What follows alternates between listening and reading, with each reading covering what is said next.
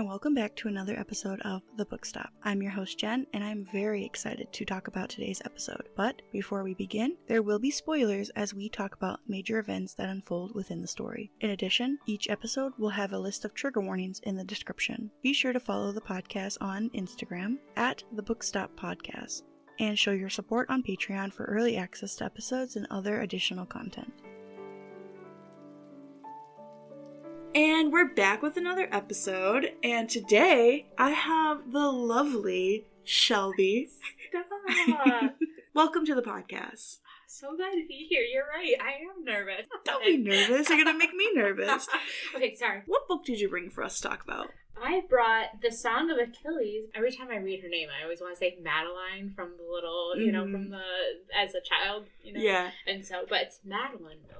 Yeah, so we thought this would be a great book to read for Pride Month. With that being said, let's hop into it. Madeline Miller, one of my absolute favorite authors. If you haven't read anything by her, oh my god, what are you doing? This was my first book by her, and then immediately after this, I read a different book by her, and now I'm kind of obsessed. This was so good. She is amazing. So she published Song of Achilles in September 20th in 2011. I can't believe it's already been over 10 years that she wrote it. Which is just crazy, just knowing how long it took to write it itself. Yeah, literally 10 years to write. Yeah. So it won the Orange Prize in 2012, I want to say, 2012. But I'm still not entirely sure what the Orange Prize is, to be completely honest with you. You know what? Neither do I. I just wrote it down. And this book is based off of the Iliad. I'm so excited. But before we get into it, we're going to play a little game. Okay. So you're going to summarize this book in 30 seconds. Okay. Just try your best. Okay, so it's coming from a perspective of a cast-out boy who falls in love with a demigod, and as they're growing older into adulthood, they go into a 10-year war, and it's about their relationship as it evolves and develops from boyhood to adulthood into also to the death of one of them and coming through that fallout, and also how they are reunited at the end of this little thing. I don't know. That was perfect. I thought you were about to break out in a rap. I'm gonna be honest. You were just spitting rhymes. That, honestly, yeah, that sums it up. I'm gonna sum it up really quick. Achilles, the best of all the Greeks, son of the cruel sea goddess Thetis and the legendary king Peleus, is swift, strong, and irresistible to all who meet him. Patroclus, an awkward young prince exiled from his homeland after a shocking act of violence. Brought together by chance, they forge an inseparable bond, despite risking the god's wrath. They are trained by a centaur, Chiron, in the arts of war and medicine. But when word comes that Helen of Sparta has been kidnapped, all the heroes of Greece are called upon to lay siege to Troy in her name. Seduced by the promise of a glorious destiny, Achilles joins their cause. Little do they know that the cruel fates will test them both as never before and demand a terrible sacrifice. I'm going to start out by saying I apologize because I'm going to butcher every single name in this book except for Achilles. It's hard, especially because I listened to the audiobook version of this. Yeah, me too. Right, and so it's definitely hard though when you don't know because anybody pronounce it, and then when they do, again, Troy, the movie with Brad Pitt, he says Patroclus, and then someone else says Patroclus, right? And then or growing up, my dad would read Greek mythology to me, but it would be Persephone instead of Persephone, right? Oh. And so it's just all about your background, I guess. Yeah, and it's the translation too. Yeah, exactly. It's super hard. So I'm not gonna come for you if you pronounce someone's name wrong. All right, let's dive into it, shall we? Oh, let's. So, what quote did you bring? To be your favorite quote in this book? Yeah, it's actually really meaningful, to me at least. It's near the end of the book, and it's so heartbreaking to give it a little bit of context as well, just because Patroclus, essentially describing to the goddess Thetis, Achilles' own mother, what Achilles was like, because she only knew him as this warrior. Glory, right? But glory doesn't come to Greeks without bloodshed and blood, guts, and gore, right? Yeah, she didn't know him in any other way. It's so heartbreaking because at this point, anybody who knows Greek mythology, Achilles didn't make it out of the Trojan War. Mm-hmm. And so he has his gravestone in like battlefield. People come to visit and they only know him of his horrible, gruesome murders on the battlefield. And Patroclus is trying to project his memories of Achilles to his mother as a man, as like someone who's beautiful and a human, right? Mm-hmm. Like he was a demigod, but he's also human, and showing her these memories of him just in all like the innocence and beauty that comes with humanity. And so there's the first one. The memories come and come. She listens, staring into the grain of stone. We are all there, goddess and mortal, and the boy who is both. And then this is I believe the very last quote of the book. So it is, in the darkness, two shadows reaching through the hopeless, heavy dusk. Their hands meet, and light spills in a flood like 100 golden urns pouring out of the sun. And that imagery of just like two men who love each other through all of life and into the next afterlife, who love each other still that strong, and Achilles is there waiting for him.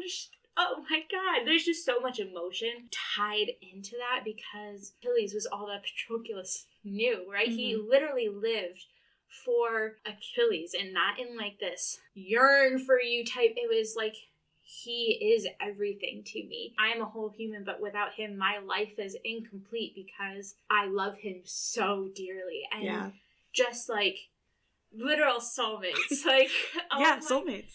It's still, even now, like my chest is like contracting, because it's just so beautiful. Like the ending was perfect. I'm obsessed with it. I love the ending as well. And I don't say that for a lot of books, to be honest. So no, because I feel like a lot of times too, people want like a second book or something like that, right? Mm-hmm. And so the ending of the first sometimes is spoiled by the second, or like the ending doesn't always live up to the beauty of the story itself. But this is just, everything about this book was perfectly done. Destiny plays with Achilles so much through the entirety of this book, and you know what's going to happen before it happens. Mm-hmm. Not only because of history, I've heard of it, but the entire time she makes it known that Achilles does die at the end. It's his destiny to die.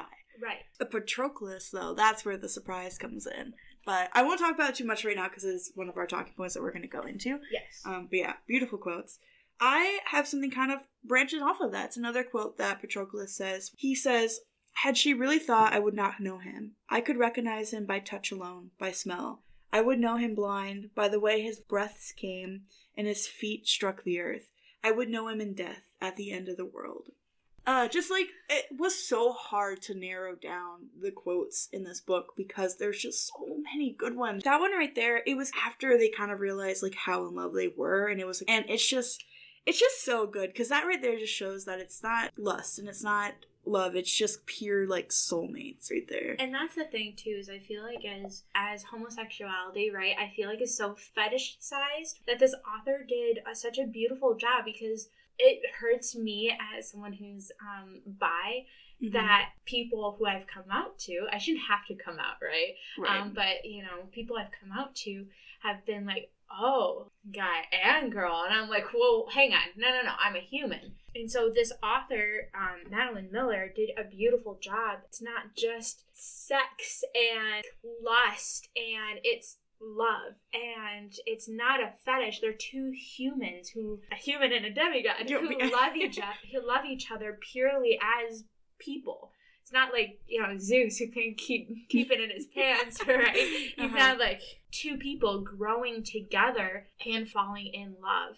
You said destiny, and I thought it was kind of ironic. As I was listening to this too, I thought of Dune, and I started reading Dune before this, mm-hmm. A little bit, and the main character, played by Timothée Chalamet, if you're ever listening to this, I love you very much. You know, the main character and they were talking about terrible purpose.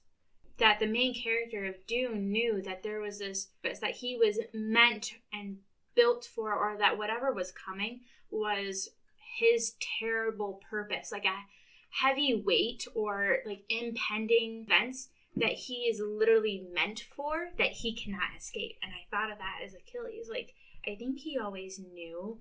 He just always knew, even though if he didn't know what that was, that there was mm-hmm. always this terrible purpose for him. He was a natural, he's a demigod. This is what he was literally born to do, but it again comes at a terrible purpose.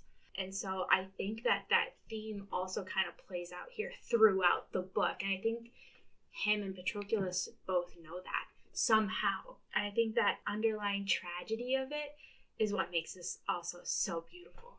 Yeah, absolutely. I wanted to go back to what you were talking about. So, like, how people kind of fetishize. They kind of think of that in a different light than it should be, but a lot of people say that this book is just a gay Iliad. That's all it is. It's just a retelling of the Iliad story, but with some gay characters. And, like, I hate that saying because it definitely isn't. It's just a different approach that she's trying to come from. Yeah. And obviously, very clearly did a lot of research for. Mm-hmm. She didn't just write a fan fiction about a Patroclus and Achilles. Right. And, like, there's clearly sacrifice and love and hatred in the story. And she actually wrote a quote in an interview that she was talking about how people saying that she wrote this book because she wanted to write a fan fiction about these two. And she says, "I did not deliberately set out to tell a gay love story. Rather, I was deeply moved by the love of these two characters, who had respect and affection for each other, despite the horror around them, modeled the kind of relationship we should all aspire to have." Yeah. I think that's beautiful. Oh my God. Yeah, like this book, it is more than just their love. It's also about sacrifice, obviously, and playing with destiny and fate. And then obviously grieving. How Patroclus kind of grieves of Achilles a little bit losing himself as he falls into this war. And then obviously Achilles grieving the way he does, which we'll talk about later. It's very, very sad how he does grieve. You know, it's more than just these two men sharing a kiss. It's more than just these two men falling head over heels for each other. It's a story worth telling. Yeah, and absolutely. And I mean, in ancient history, it's known that, like, homosexuality wasn't a big deal. It was normalized in, like, ancient Greek society. Mm-hmm. And so, like, why should two people who love each other be any other different? You know what I mean? Why should it be labelized as, like, a gay romance when it's actually just literally romance. That? Yeah, it's just romance. And so, and I think sometimes you can really toe the line. I think it really beautifully represents the LGBTQIA plus community about being, you know, they're people. We're all people, right? Mm-hmm. And these are just two people who love each other and who are, like you said, almost in a way trying to outwit destiny. Mm-hmm. And so, and I mean, who doesn't like a good trope about, like, trying to, you know, outrun, trying to make your own destiny, right? Mm-hmm. That hurts so much. I love this book. All right, I know we kind of dove into a lot. We're kind of diving in, but what are some things that you liked about this story? Told you a lot of this outside of the podcast, so I hope that I can remember all of it, at least for this. I really loved how, the way it's written, and again, I read her other book, Circe, and this book, I love the fact that it was almost told matter of fact, right? Mm-hmm, yeah. It's just literally just Patroclus telling the story on how it was, what happened, you know, when you were telling your favorite quote that he knew him in life and in death, you know, stuff like that. It sounds very emotional, but at least when listening to the, like, audiobook, I love that there is depth in the narrator's voice, but it still sounded just very matter of fact. Like, this is the facts. And I love that because, to me, it just makes it feel, like, more sincere, right? Yeah. In the story. And so a lot of this it felt like it was written in that I love his relationship, Patroclus' relationship with Briseis. I thought that was so beautiful, the fact that in this book it was written, like, he's not conflicted, like, he is conflicted, but not at the same time, because he wants to, like, kind of imagine what it would be like with Briseis.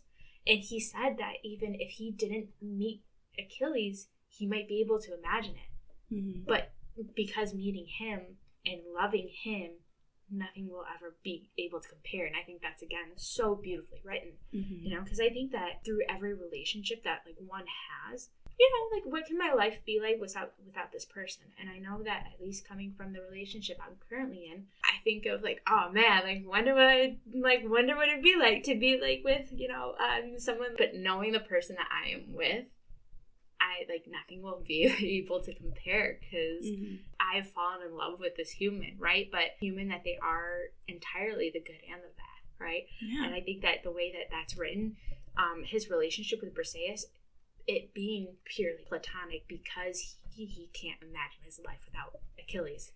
Yeah. It's just so beautiful in the way that he wants to protect her, and again, and not like a lusty love torn triangle, weird triangle. It's out of deep, genuine love for this person. And I think, again, people always love a good love triangle, right? And I think that Madeline Miller does a beautiful job establishing the relationship that the two main characters have, to be able to put in like the character Briseis as like a acting character to help our main character like move along and be able to develop as a person, right? Like a well-rounded character. Yeah. Does that make sense? Yeah. Okay, cool. Because it makes sense in my head, but then as I'm talking, I'm like, wait, what are the words I'm trying to say? No, to branch off of that, it's almost like she kind of put her in there for after Achilles dies. A life for Patroclus where he can survive and be with her. Because he loved her as well. Like, obviously he was in love with Achilles, but he did love her as well. And that's very, very clear with what he did in the story, but it was kind of like it was set up where because they were talking about having a family together and stuff, so, and being married, and it was like the author was trying to set it up as like, oh, hopeful for Patroclus to possibly have a family after this. And even though he's going to always forever grieve over Achilles, he can kind of move on eventually. But no, it doesn't happen. No, it doesn't. And honestly, too, like, I'm it sounds horrible, but I'm glad it didn't. Because I really don't think, he opened the idea. Because, of course, like, everyone wants, like, that family dynamic. And I don't necessarily mean in, like, mother, husband, child aspect. I mean, like, people who are who are a part of you, right? And I know he wanted that, but I don't think that he would ever be able to fully have that because Achilles is it for him, right? And also, too, I do like the fact that they had that honest conversation in the book. Do you want a family? And no, I don't think so. Do you? And he's like, no, I don't think so. You know, because it wouldn't be Achilles with Achilles, right? They knew that going into it. Again, part of the burden of terrible purpose. So I really like that. Another thing I really liked about this book is just the contrast between Achilles' personality almost, because you have the father, the warm, loving father, the human, and then you have the goddess, the cold sea nymph, who, of course, I can understand why she's like cold, because trigger warning, part of the book is that she was obviously had to get raped because she didn't want to be with humans, so she was raped to be able to produce a child.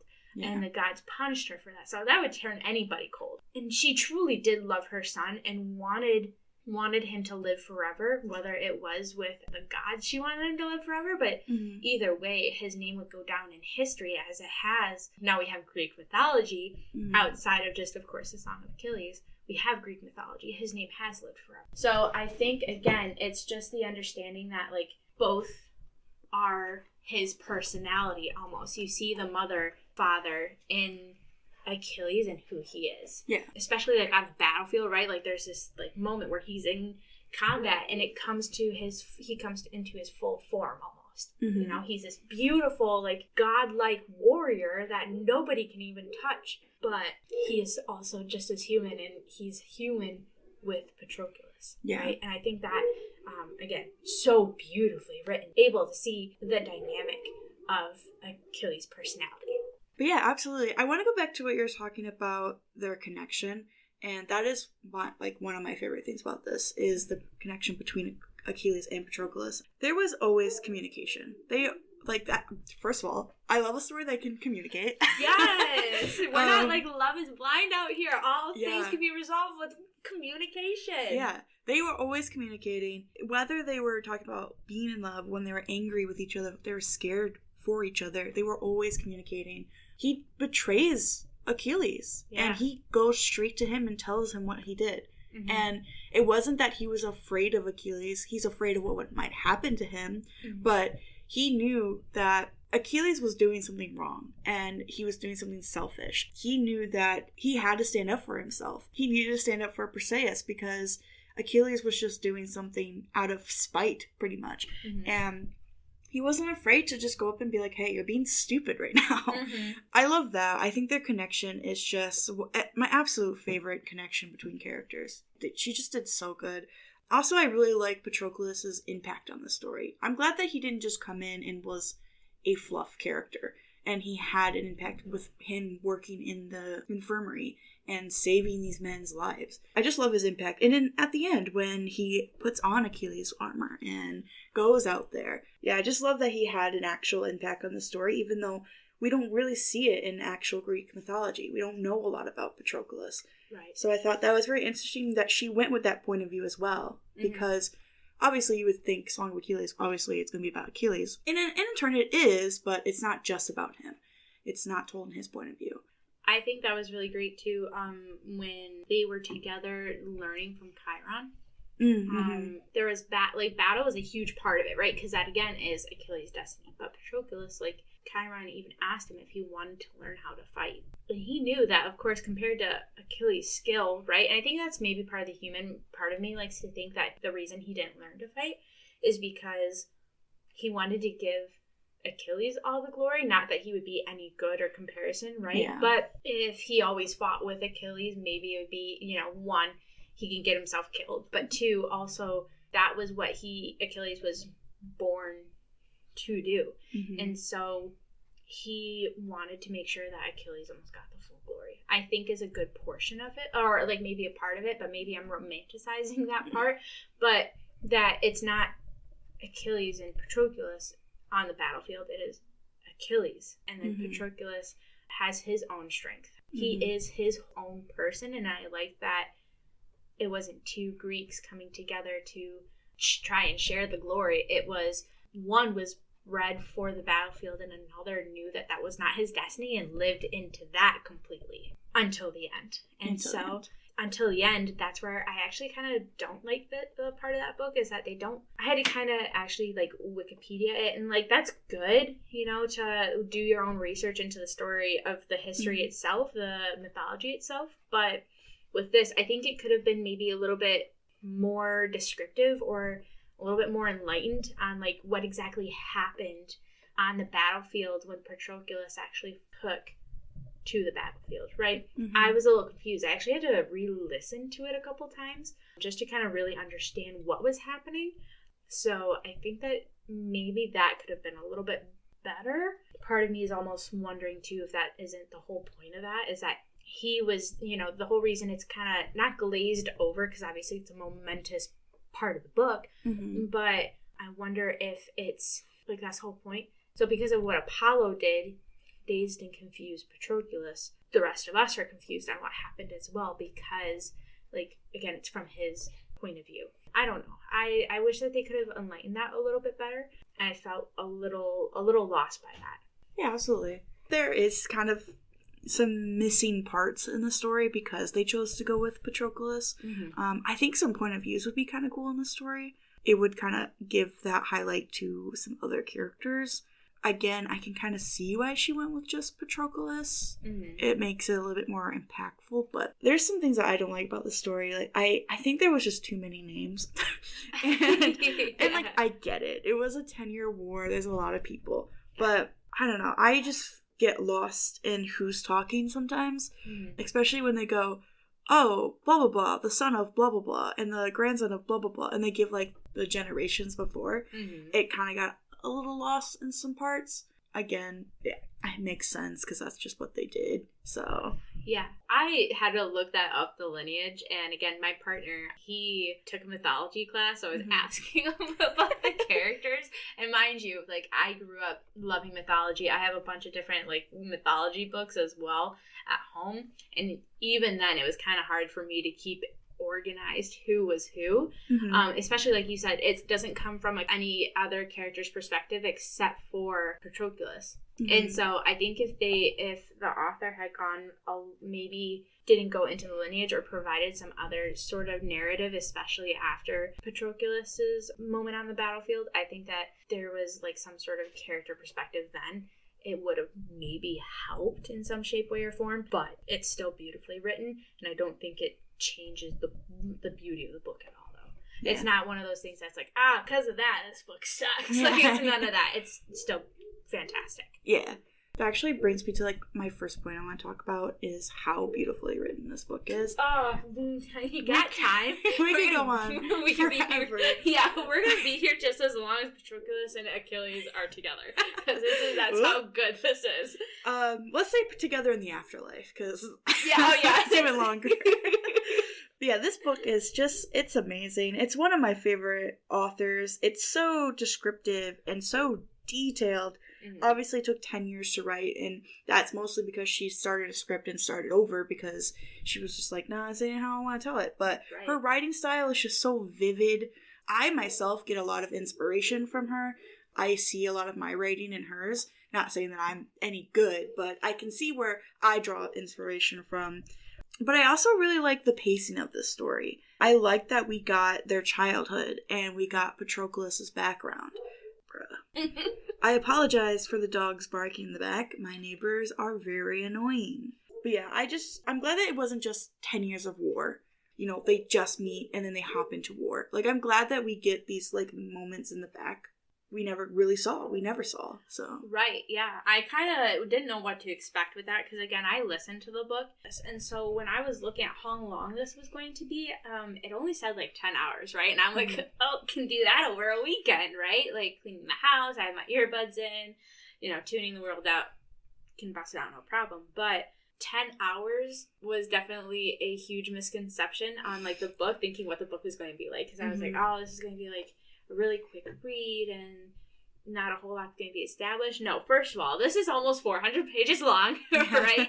But again, like you said, it establishes the characters super well and establishing a full foundational relationship because they grew up together. Or even, like, let's start with, like, the trauma of Patroclus's past to then meeting Achilles and Achilles being his safety. Almost like his kind of like unknowingly his saving grace, right? Yeah. And then moving to Chiron and growing up and then falling in love and then being together for each other for the 10-year war. Like, it does such a beautiful job. And just for me, like, listening to this, I was definitely very pleasantly shocked how well it was written.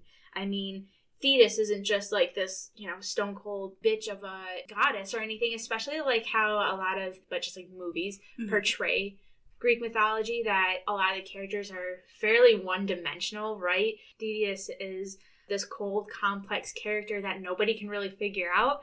His father is this warm, loving father who wants the best for his son. Chiron is that mysterious, eternal being of a centaur, right? And knowing the ways of the world and being able to teach these boys into men. And Patroclus isn't just this forlorn, ever like wanting Achilles type of character, right? He is a whole person, like I keep saying, and Achilles is a whole person with wants, needs, desires, but also too like heartache and struggles and his own demons to fight, especially when it comes to his mother, because his relationship with his mother is also complex because like he doesn't want to fight, right? Initially, he doesn't want to fight, even though that's what he's born for, and he knows that to an extent. He doesn't necessarily like want to fight. I think he wants to live his life out with Patroclus, and so he has those demons that he's fighting against between destiny and not, and I feel like it's very hard to do,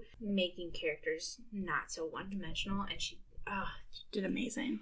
Seriously, like, I'm breathing out because I just want to say so much, but I feel like I'm going to keep repeating myself because no, you're good. I want to emphasize, like, how well written this is. Yeah. I want to go to what you were talking about, how you were saying that Achilles does want to live with Patroclus, and Achilles' dilemma, this entire thing, is either choosing fame or literally life. Achilles doesn't have to go to war. When Hector dies, that's when he dies. That's pretty much what his prophecy. That's what I was saying. Yeah. Good word for it. Yes, it's his prophecy. That's what his prophecy says, that when Hector dies, that's when he dies. And the entire time, Achilles is like, Hector hasn't done anything to me, has he?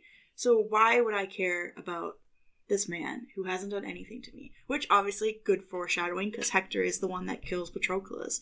Therefore, does something to him. Right. But yeah, the entire time, Achilles could live with no fame and grow old with Patroclus. or he can die young and become a famous person and go down in history as he has. A little bit, I think that Patroclus could always see that selfishness in him, but he understood it, that he didn't use it against him, so he knew that Achilles knew these things. But he also knew that you can't always hide away from fate, and it was going to eventually catch up to him. So there was that little bit of regret in their relationship, but again, he just loved him no matter what, so he just followed him. Right, like he accepted Achilles completely, and I think that especially too, you can see the start of that when after Achilles claims Patroclus as his companion and almost challenges him to, like, I want to see you fight. And he's like, no, like, nobody's ever seen me fight. My mother forbids it. But, you know, obviously they're intrigued by each other. And so he allows Patroclus to come and practice, you know, see him practice. And I think that part of Patroclus, like, loving Achilles, I think it started with seeing him fight. Because something that's so naturally, like, this person, this is a part of this person. It's so beautiful. Like, how can, as he says in the book, like, how can any man, like, feel worthy of their fighting skill after seeing him, like, after they see him, Achilles, fight? And I think that Patroclus wouldn't have been able to, like, fight that part of Achilles because he could see how naturally and how, like, whole this is, like, how this is Achilles, a big part of Achilles, and that denying him this opportunity would be denying, like, Achilles as a person, or part of Achilles as a person. And I think that is also kind of, unfortunately, Patroclus's terrible purpose. Achilles is knowing when he's going to die, and Patroclus is knowing that there's nothing that he can do to stop it, and he's going to just love him through it. Yeah. And it's just his terrible purpose. Oh, this is so heartbreaking. We're getting so solemn. Ladies and gentlemen, this is such a good book. Please don't let us scare you from this. It's so good. Please listen. Please I would read. hope that if you're listening to this podcast, you have already read the book. Because we've spoiled a lot for you. But then again, there's just so much that happens that we are going to barely scrape the surface of it in this hour that we're talking about it. Yeah. So I just want to take a second here to shout out the Patreon subscribers. So a huge shout out to Nick W., Bree P, and Lulu. Thank you guys so much for supporting the book stop. It means the absolute world to me. Huge shout out to you guys. If you want to be in a podcast shout out, just head over to Patreon and subscribe today. Who is your favorite character in this story? I'm not going to say, like, Patroclus or Achilles, only because, like, as much as I love Patroclus, I think that's, like, to me, I'm just like, oh, I want to find, like, a deeper meaning character. And I think Briseis, right? I think Briseis would be my choice because I like the fact that she adds a little, like, what if charisma in there, right? So she was the first slave girl to have been taken, and obviously Patroclus and his, like, big heart and not wanting to see anybody hurt, he just wanted to do anything he can to not make this war so terrible, right? He works in the infirmary. He has Achilles save Briseis because, of course, Achilles gets what he wants because he's the most important warrior on the battlefield, and so he gets what he wants, so he uses that to his advantage. Act as selfishness, right? But it's a beautiful selfishness. It's like wanting to save someone else. And so he saves Briseis, and that's the moment where, like, of course, you know, you see Briseis adding more depth to Patroclus. Yeah. I think, especially with their relationship, because she loves him in a romantic way, but he can't love her in that way. You know, he loves her, right? Like, he absolutely loves her. And if he, like, could, he would save her by becoming her husband if Achilles was not relevant, but he is, right? He's literally the point of the story. Yeah. And so he can't be that for her. And I think adding that, like, I almost want to say that heartache because he wants it and also but knows that he can't have it because it's just not complete. That along with, like, Briseis's, like, strong will, right? At the end where she knows how to play the game, Achilles' son, which... Oh, God. I forgot about him. Yeah. I hate that guy. God, I hate him. Do you watch Game of Thrones? Yeah. He's literally Joffrey. He is. He's literally the worst. Oh, we're going to talk about him because I despise that man. Yeah, I guess. Yeah, well, I understand why he's, like, the way he is because he was literally raised by Thetis as this, like, you know, cold character. And so, but she stands up to Achilles' son trying to, like, defend Patroclus' and Achilles' relationship, right? And she knew that was probably dangerous as well. Maybe, I don't know if she liked Achilles. A part of me, I think, always believed that she respected him because he saved her, but it was really Patroclus who made him do it. So I think that that's why she initially loved Patroclus, but she respected Achilles, if that makes sense. Mm-hmm. Again, she stands up to this kid, this 12-year-old, I think, or something like that. 12, 13, yeah. Yeah.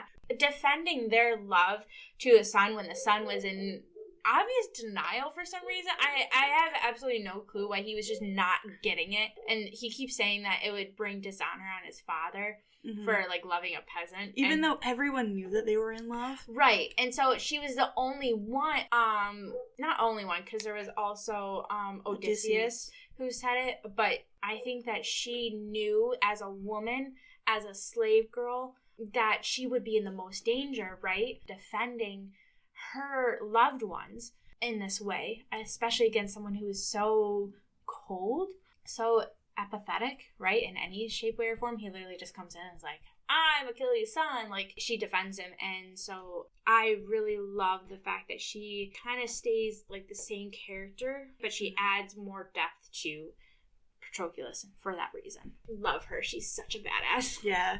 I just want to recap kind of what you were talking about of what exactly Pyrrhus' role in this story was. It's like Achilles goes to this place, I can't remember where it is, and he marries this woman and she gets pregnant.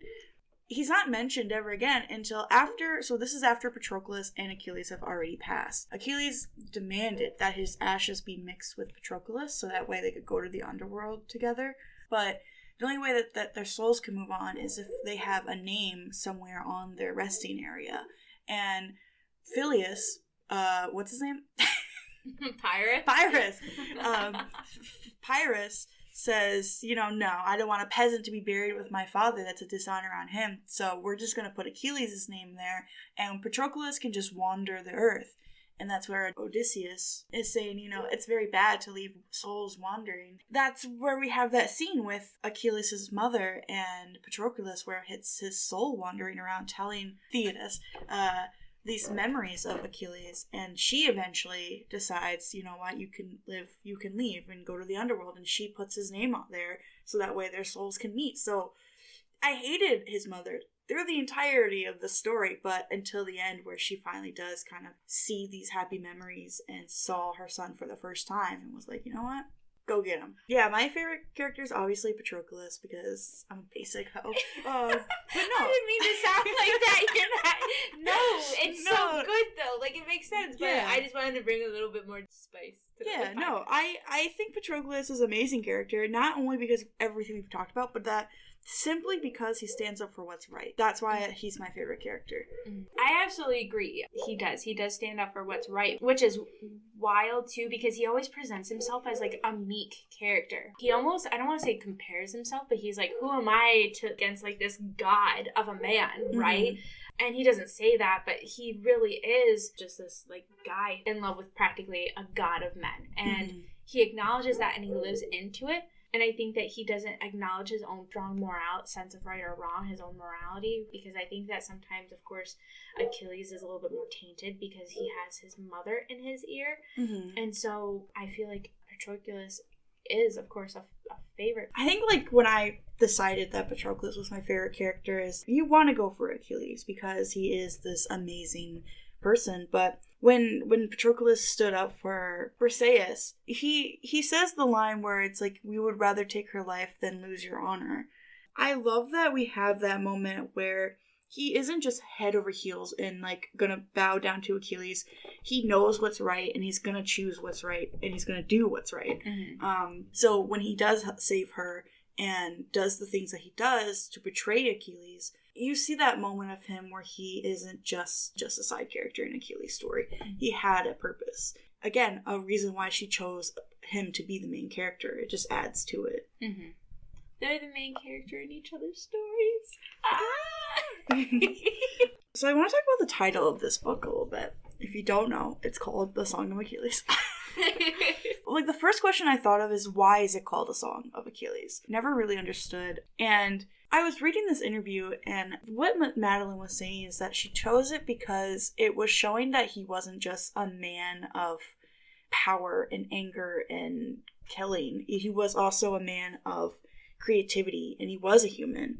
Did the Liar song for Patroclus all the time, and Patroclus was the reason that he stayed human and had these like human feelings. So I just really like the title of this book. No, absolutely. You know, because again, like you said, if anybody has watched Troy with Brad Pitt, right? Like, he's this stone cold character in the book. He's a stone cold character who's like lusty and everything, like one dimensional.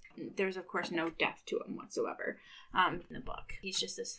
He is human. He's vulnerable, and he loves. And I think too, it's kind of almost like a tribute to still Patroclus in the title, almost. Like, that's the way I think of it because of the Liar song, right? Mm-hmm. It's his mother's lyre, right? And when you add still, like, no matter what Achilles was doing, it included Patroclus even unknowingly, mm-hmm. right? Just because fate brought them together. And I think that that's kind of just pretty as well. It's almost like a nod off to both characters, to me at least, because again, it's Patroclus's mother's lyre, and he loved that lyre. Yeah, I thought it was really pretty. Yeah. And also the cover's really shiny too, and I like it. It's like very textural too. So like, let's just pick up the book. It's worth it. It is. So in this book, I would say my favorite relationship was obviously Patroclus and Achilles. I don't know. I just, love that there was communication. Love a story that can do that. They never lied to each other. There might have been a withholding of the truth, I guess. When, like, for example, when he finds him dressed as a woman, he couldn't really outright be like, hey, I'm married and I have a kid on the way. He, didn't know that. Two, it was kind of like bad place, bad time. He couldn't really do it. But they are definitely like two parts of one soul. They are definitely soulmates. And I love their like little secret touches that they do throughout the story where people like don't notice, and like the protective remarks that they make for each other, and like, it's so cute. It's definitely like, it's a view on a healthy relationship, right? Because again, I feel like a lot of people love that like toxicity of a relationship, and it doesn't focus on a toxic relationship, right? It focuses on underlying narrative of like can't outrun fate. And so the author builds a healthy relationship between the two main characters. I really like the fact that the reason that I think they're my favorite relationship dynamic is because they bring out both the best, and I think too, to an extent, like sometimes even the worst in each other, which I think in a sense that they always communicated, right, but Achilles was selfish and Patroclus was selfish, and they still loved each other through that, right? I wouldn't say maybe the worst, but like acknowledged and accept their human flaws. They both have like selfish wants and desires, but also too, they accept themselves completely, the worst of them and the best of them. Like, we kept touching on the fact that Patroclus betrayed Achilles because Achilles is being a child. You know, the king being a greedy man, right? Is like bringing the curse upon the men. You know, he's not going to risk his men, but also too, like, Achilles' pride was damaged, was hurt, and you know, he's acting like a child, and Patroclus has absolutely no issue like doing what, like you said before, doing what was right. You know, he loves Achilles. He doesn't think any less of Achilles, but he's mad and he's angry, and because of Achilles being the way he is forced to act, right? But it's an act that will still betray Achilles. And so I think that sometimes they also bring up like the worst in each other, and I think it's the honest way, that sometimes when your partner reacts a certain way, it forces you sometimes, not always forced because everyone has a choice, but you feel forced to act a certain way, and it's going to hurt your partner's feelings, and it's not an honest thing to have done, but you do it whether you think it's like the right thing for yourself, the right thing for other people around you, whatever it might be. Yeah. And I think that it's an honest relationship. That's what I really like about it. It's a pure, healthy relationship still. Like, I know I'm talking about some maybe like toxic traits here, and it's not a toxic trait. It's just saying that, like I said, they bring out sometimes the worst in each other. Is that like Achilles, I think, fed into his pride a little bit before Patroclus like went into war, right? You know, he said like, I'm not going to fight because I said I wouldn't until like the king gave me back my honor type deal. Choosing a different way. I think he hyped Patroclus up too much, and it fed into you know, like, oh, Patroclus never got a glory moment before, and now he's taking advantage of Achilles' name and power and stuff like that, because as he's climbing the tower, I'm going to get Helen back, right? Yeah. I'm going to do it. Like, it's he doesn't necessarily call out like Achilles being the reason, but I think that he was emboldened by Achilles, that selfish side out of them, right? It happens to each other, and I think that that dynamic doesn't get shown a lot, that a healthy relationship can still be healthy even if you sometimes self-centered, selfish, mean to each other in any way. Like, it's real. To like branch off of what you were saying about like Patroclus wearing Achilles' armor and being a little selfish, is like he did it to save the people because of the fight between Achilles and that king.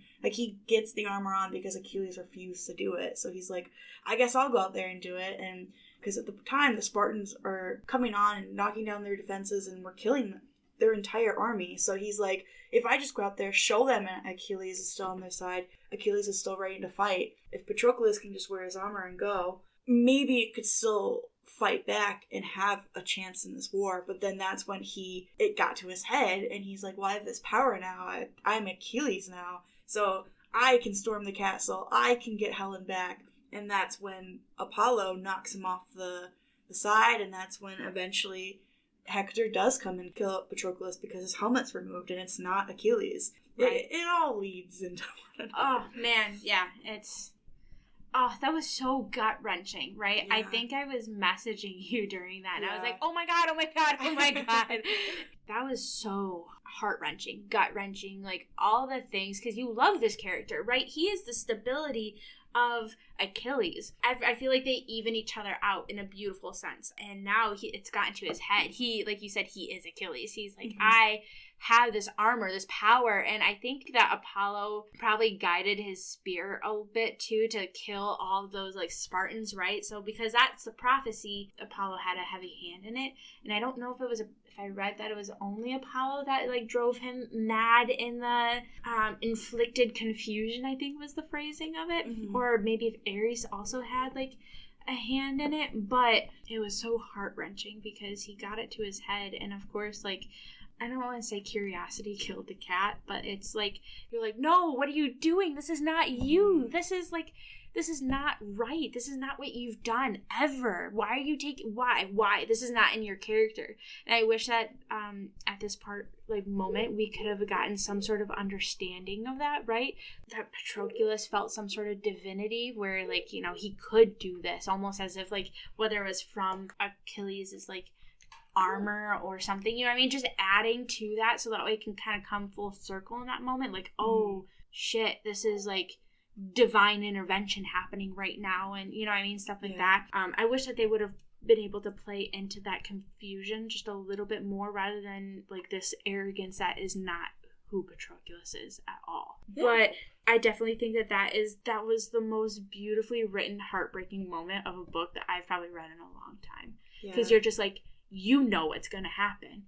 Achilles, after he finds out Patroclus has died and is vengeful and goes and kills Hector, and then just Achilles is grieving at the end. It's just so sad, like leaving Patroclus's body just there and mourning over it and not letting anybody see it. And after he kills Hector, his father, the king of Sparta, has to come and beg him to have his body back because he's been just dragging Hector's body through the streets with horses, and it's very sad, and it's just the grieving at the end is just, it's so much. And that's why I'm glad that, you know, they do get to see each other in the afterlife, because they just go through so much hardship in those 10 years. The father coming in and pleading with Achilles, right? Mm-hmm. And pleading to his humanity, because I think that, again, Achilles turned cold, obviously. I think that, of course, when Patroclus dies, Achilles lost his other half, right? And you can see the death because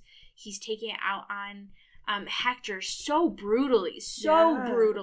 Father, like, comes not out of anger, just a person who's grieving, and he pleads with that side of Achilles, and that is so wonderfully done. He's just like, we've both lost a part of ourselves. You know, losing a loved one at all is one of the worst things that can ever happen to someone.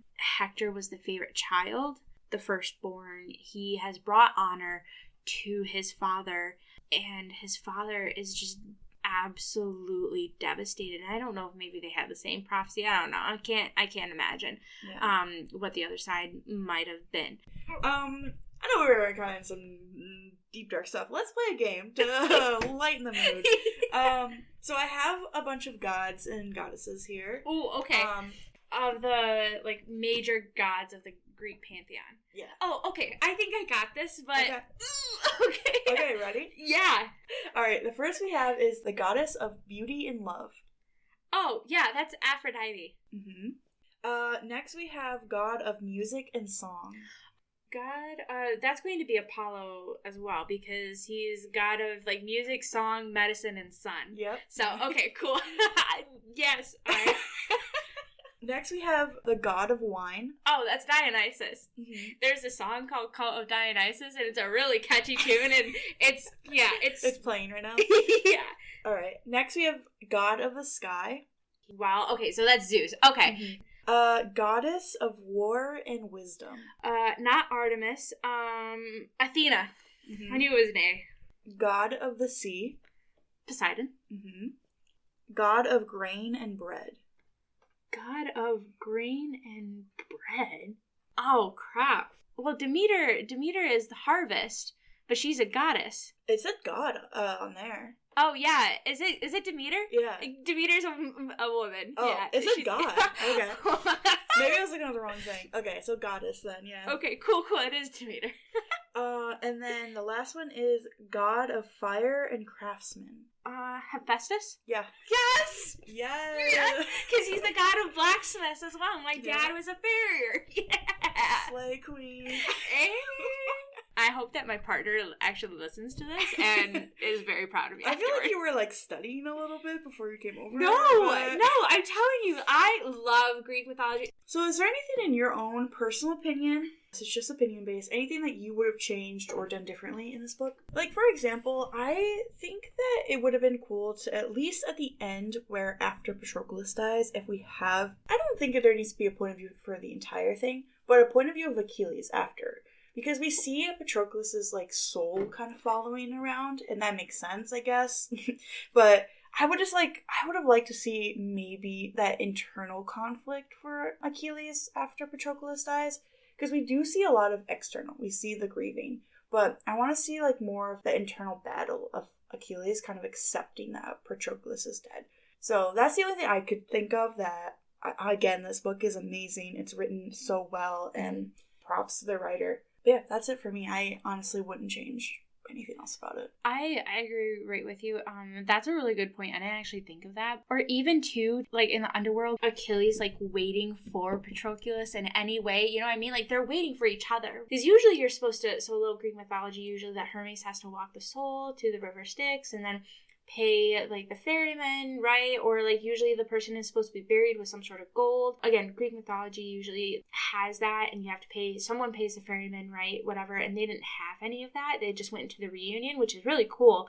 I wish that they would have stuck to, the author would have stuck a little bit more to the actual like Greek mythology portion of it for that part. And I would also want to see like Achilles waiting for Patroclus, like that, his anxiety and like, oh my god, I'm here and he's not, you know what I mean? Whatever that might be, I wanted to see what that looked like. We hadn't even had a single perspective like directly from Achilles, so I think that would have been kind of cool just at the end, just realizing that like both of them are reunited. But of course she stuck with the theme, so I'm not mad at it. Mm-hmm. And then again, just clarity on what happened with why did all of a sudden he break from character, and you're like, no, this isn't you, why are you doing this? That like kind of confusion, whether it is just for glory or whether it's an act of a god. I would have liked a little bit more clarity with that personally, but again, like I'm not mad at the book whatsoever for not having that. Yeah. So all right, so we do something a little bit different here on the Book Stop. We make up our own little rating scale. Okay. So I would give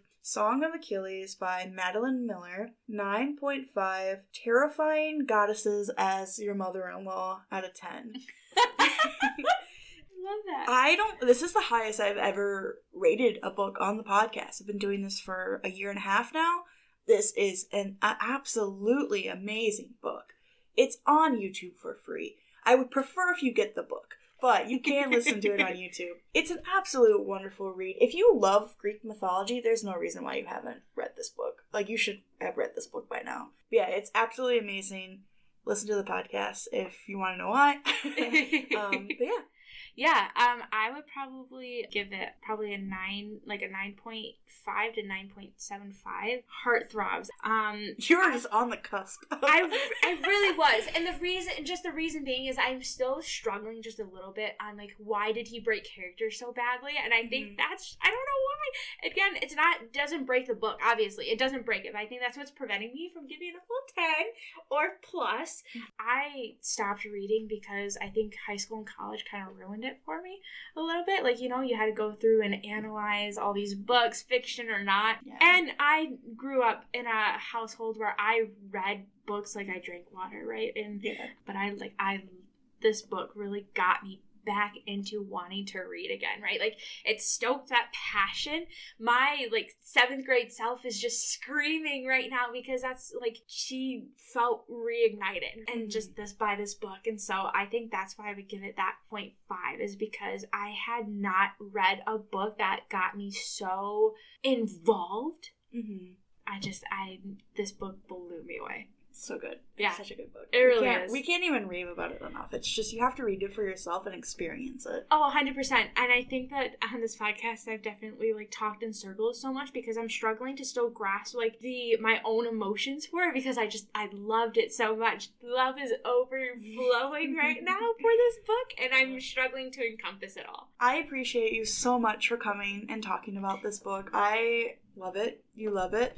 We will probably be back for the other one for Cersei, maybe, possibly. I was actually going to offer if you wanted, I would, if you don't have any way for that book, bring me on, baby. If you guys want to see Shelby again, interact with this episode, share it, follow the podcast. Thank you so much for having me. This has been such an honor. I've loved talking about this with you. I wish that I would have, like, recorded our interactions outside of the podcast, like, at work and stuff when we would talk about it, because then we've been raving about this for months. Yeah. I'm so happy. I'm so glad we finally got Thank to you for do turning it. the pages with us yeah, today. I'm excited. If you've enjoyed this episode, show your support by leaving a review, Let's talk sharing the about it episode, together, and baby. following the podcast I'm on gonna hit Instagram repeat. I'm at gonna hit rewind on this Podcast. episode and listen to Join the us entire on thing again. Patreon for Interact. early access to Interact episodes with and the other additional conversation. Join content. the Thank you for conversation. listening, Absolutely. and I'm looking forward to the next one. Thank you, and Hope we'll you are see you too. next time. See you next time.